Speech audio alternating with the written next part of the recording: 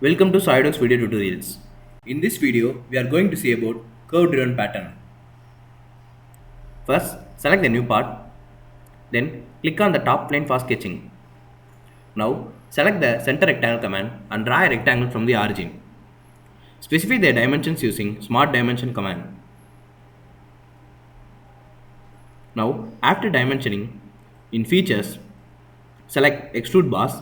Specify the dimension and direction of extrusion.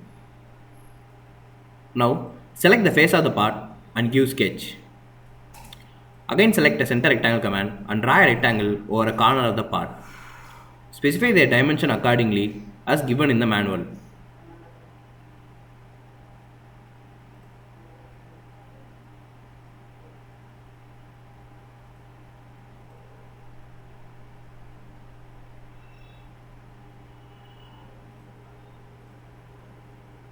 After dimensioning, in Features, select Extrude Boss, specify their end condition and give OK.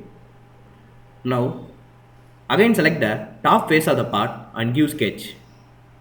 Select a spline command and draw a spline starting from the drawn block of the rectangle.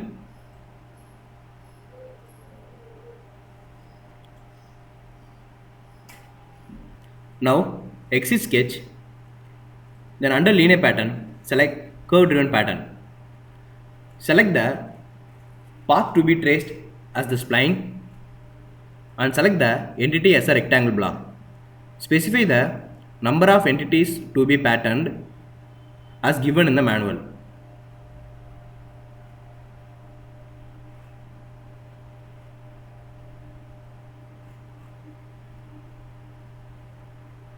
That's it.